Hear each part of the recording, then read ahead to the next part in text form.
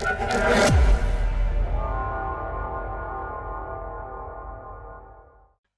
नमस्कार। आज हम स्टार्ट करेंगे हिस्ट्री जो सेवन्थ क्लास की चली हुई है उसका सेवन्थ लेसन, सेवन्थ क्लास की हिस्ट्री।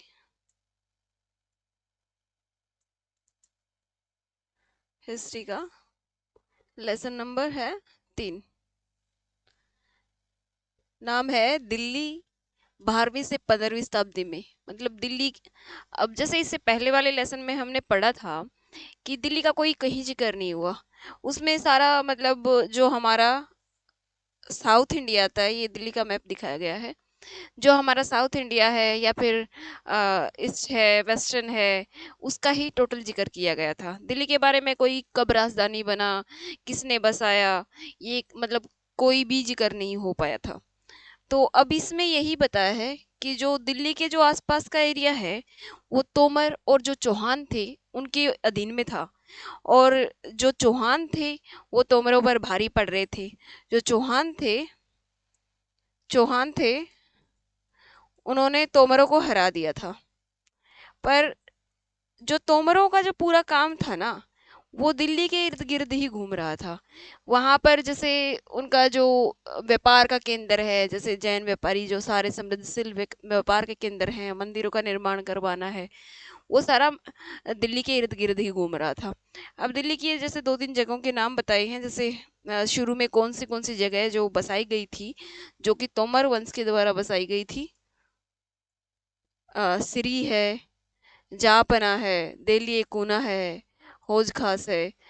ये जो जगह हैं ये मतलब इनके द्वारा ही जैसे बताया है कि जो ये इलाके हैं, सिरी है, दिल्ली कुना है, जापना है, ये इलाके जो आज दिल्ली के अंतर्गत आते हैं, ये शुरू में ऐसे ही दिल्ली का निर्माण हुआ है। यहाँ पर जो दिल्ली के जो दिल्ली पर जिसने राज किया शुरुआत में, उसका क्रम बताया है। जैसे सबसे पहले जो अरंगपाल तोमर थे, अरंगपाल तोमर थे 1130 से 1145। जिनका शासनकाल क्या है, अनंगपाल तोमर का शासनकाल क्या है, 1130 से 1145 रहा है। फिर चौहान है, फिर चौहान है। चौहान में जो पृथ्वीराज चौहान बोले जाते हैं, उनका 1175 से 1192 रहा है।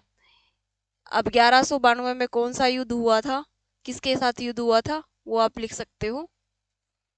और फिर जो दिल्ली सल्तनत जहाँ से स्टार्ट होती है, 1206 से, जहाँ से दिल्ली सल्तनत की स्टार्टिंग होती है, वहाँ कुतुबुद्दीन ऐबक आता है। 1206 से 1210 है।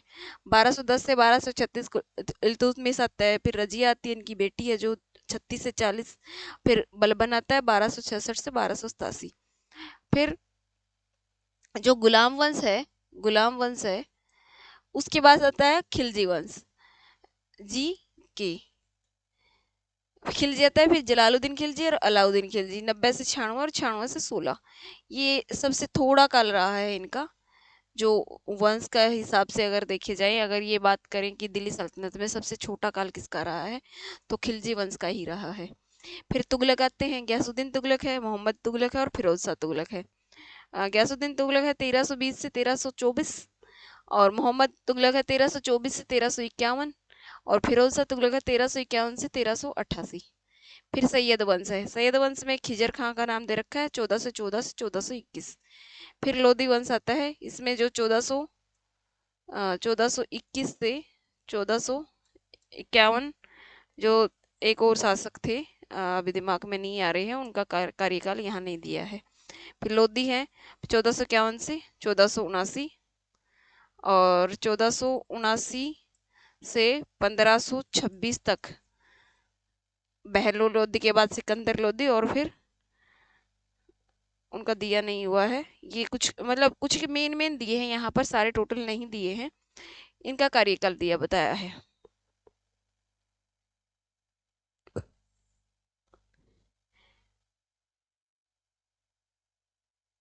यहाँ जैसे एक एक जैसे कॉलम में कोई कोई नई नई बात दी होती है, जो कि एनसीईआरटी में मैं शुरू से बताती आ रही हूँ। यहाँ पर बताया कि न्याय चक्र क्या होता है।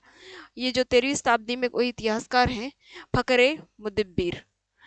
अब ये छोटे छोटे अगर जैसे क्वेश्चन अगर बनते हैं, ये फकरे मुदब्बिर के अनुसार न्याय चक्र क्या था। जैसे राजा को तो सैनिकों की जरूरत होती है, सैनिकों को वेतन की जरूरत होती है, और वेतन की कहाँ से आएगा? किसानों से जो टैक्स टैक्स जो एक एकत्रित होगा, उसी से तो आएगा। तो ये एक चक्कर है जो चलता रहेगा। तो इसको क्या कहा है? न्याय चक्र कहा है।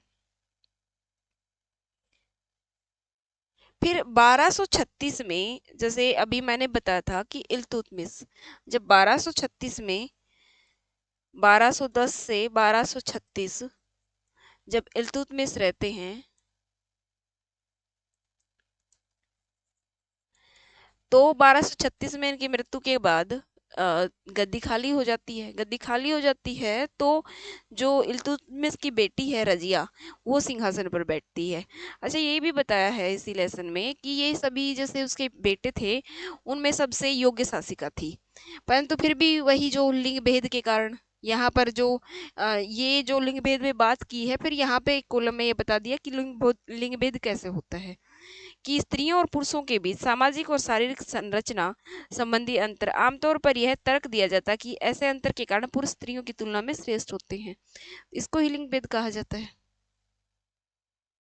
फिर जो रजिया है, उनके बारे में बताया है कि रजिया के बारे में मिनहाज असराज है, जो मिनहाज असराज का सोचना था कि वह इस ईश्वर ने जो आदर्श समाज व्यवस्था बनाई है, कि उसके अनुसार स्त्रियां पुरुषों के उसके अनुसार स्त्रियां है ना, जो पुरुषों के अधीन होनी चाहिए।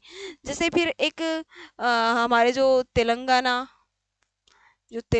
में एक शासिका रही है, उनका जिक्र दिया है। और जैसे आंध्र प्रदेश में वारंगल क्षेत्र में बताया कि काकतीय वंश की एक शासिका रही है, जिसका नाम क्या है? रुद्रमा देवी है।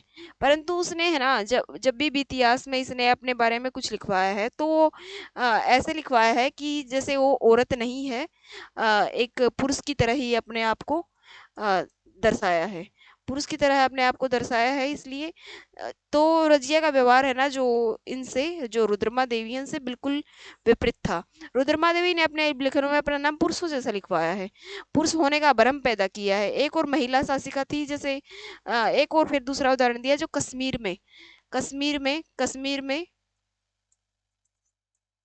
जो दीदा करके है, दीदा ये लिखा हुआ है, जो दीदा या उनकी दीदी या उनका नाम दीदी भी बोला जाता है, जैसे दीदी जैसे बड़ी बहन को कहा जाता है। और प्रजा ने इसको प्रिय रानी को भी इसके नाम से संबोधन संबोधन किया है।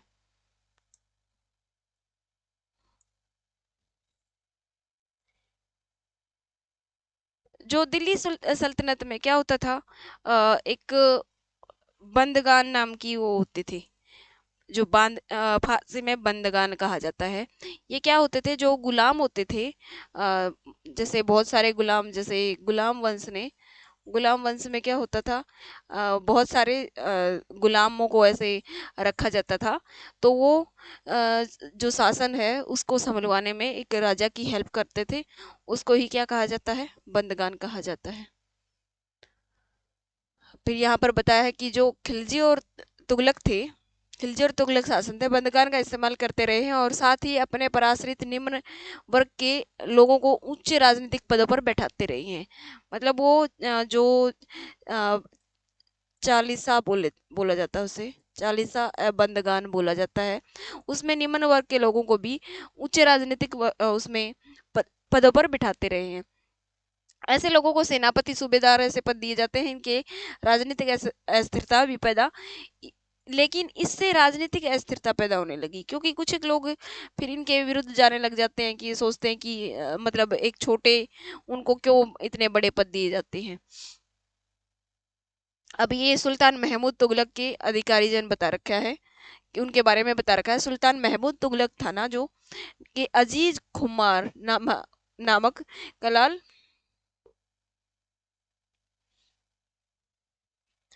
नामक नाई मन का, जैसे तबाख नामक बावर्ची, लड्डा पीरा, इस पर है। जैसे जो ये बता रखे कि ये जो छोटी छोटी जैसे जो काम करने वाले होते थे उनको भी अच्छे खासे पदों से नवाजते थे। फिर एक कर के बारे में बात की है। जो दिल्ली सल्तनत थी उसमें जैसे कर तो हमेशा से लगते हैं, क्योंकि राजा की जो एक सोर्स होता है इनकम का, वो कर ही होता है। अब यहाँ पर एक कर की बात की है, जो कर है खराज नाम से, जो कृषि पर लिया जाता है, जो किसान की उपज का लगभग 50%, मतलब लगभग 50% या 1/2 कह सकते हैं, वो लिया जाता है मवेशियों पर या घरों पर, तथा घरों पर, इन तीनों चीजों पर ये जो खराज नाम का जो टैक्स है ये लिया जाता है।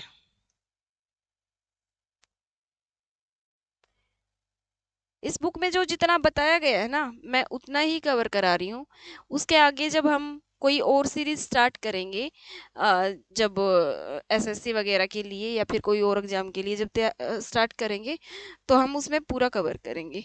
अब यहाँ चंगेज खान के बारे में बताया। जो चंगेज खान थे ना, जो मंगोलों के नेतृत्व में मंगोलों ने 1219 में उत्तर पूर्वी जो ईरान में जो ट्रांस ऑक्सियाना बोला जाता है, जैसे उसको आज फिलहाल क्या बोला जाता है, उज्बेकिस्तान बोला जाता है, पर हमला किया था।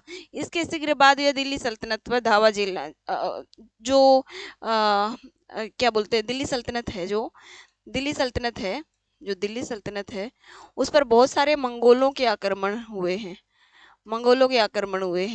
तो ये मंगोलों के आक्रमण के बारे में बताया कि बहुत बार मंगोलों के आक्रमणों का सामना करना पड़ा है। 15वीं और 16वीं शताब्दी में सल्तनत का क्या रुख रहा, आगे उसके बारे में बताया है।